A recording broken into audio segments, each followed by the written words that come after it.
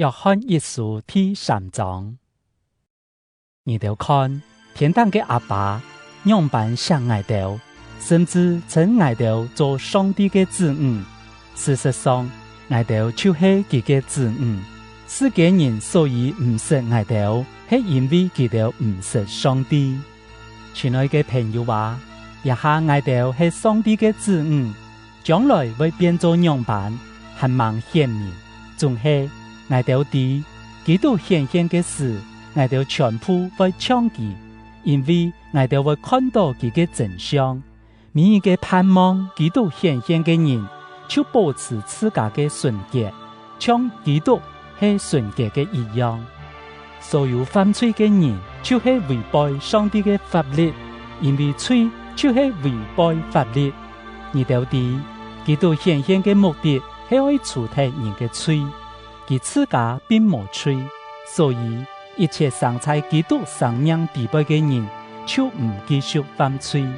繼續犯罪嘅人，冇見過基督，也唔識認識佢。親愛嘅子女啊，莫本人偏走去，遵行公義嘅，真係義人，就像基督係公義嘅。繼續犯罪嘅係屬魔鬼，因為魔鬼對起初就犯罪。為到這個緣故，上帝嘅來嘅顯現，目的就係要毀滅魔鬼嘅工作。凡上帝所講嘅，就唔繼續犯罪，因為上帝嘅生命在佢哋地位。既然上帝係佢哋嘅阿爸，佢哋就唔會繼續犯罪。上帝嘅子女同魔鬼嘅子女有千明顯嘅分別。佢唔遵行公義，唔錫兄弟姊妹嘅，就唔係上帝嘅子女。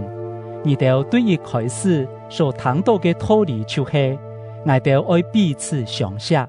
你哋莫像該隱，佢係屬一隻邪惡者，要刺死自家嘅老太。佢做乜嘅愛刺死老太呢？因為佢嘅行為邪惡，佢老太嘅行為正直。所以兄弟姊妹呀，那係倆世間嘅人怨恨你哋唔是看作稀奇。我哋已經出世入神咧，我哋所以啲係因為我哋錫兄弟姊妹，無愛心嘅人，還係活在世界權勢之下。凡怨恨兄弟姊妹嘅，就係刺人嘅。你哋也啲，凡刺人嘅，就無永遠嘅生命。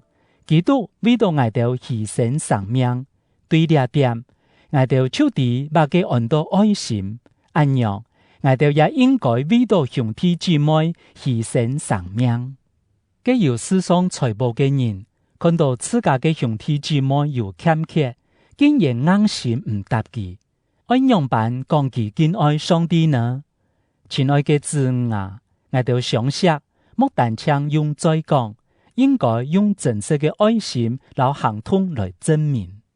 按樣對呢點我哋就啲，我哋係屬真理嘅，我哋在上帝嘅面前也做得心安理得。就算良心刺激，我哋還係啲，上帝比我哋嘅心較大，萬事佢全部清楚。所以親愛嘅朋友話，我哋嘅良心那麼刺激，我哋在上帝面前就做得好膽無驚。我哋無論對佢求乜嘅，佢一定會賜本我哋，因為我哋遵守佢嘅命令，做佢所歡喜嘅事。佢嘅命令就係，我哋一天愛信佢嘅來嘅耶穌基督嘅名，也照基督所賜本我哋嘅命令彼此相惜。遵守上帝命令嘅人，就在上帝嘅生命地位，上帝也在基督嘅生命地位。我哋所以啲上帝在我哋嘅生命地位，係因為佢所賜本我哋嘅聖靈。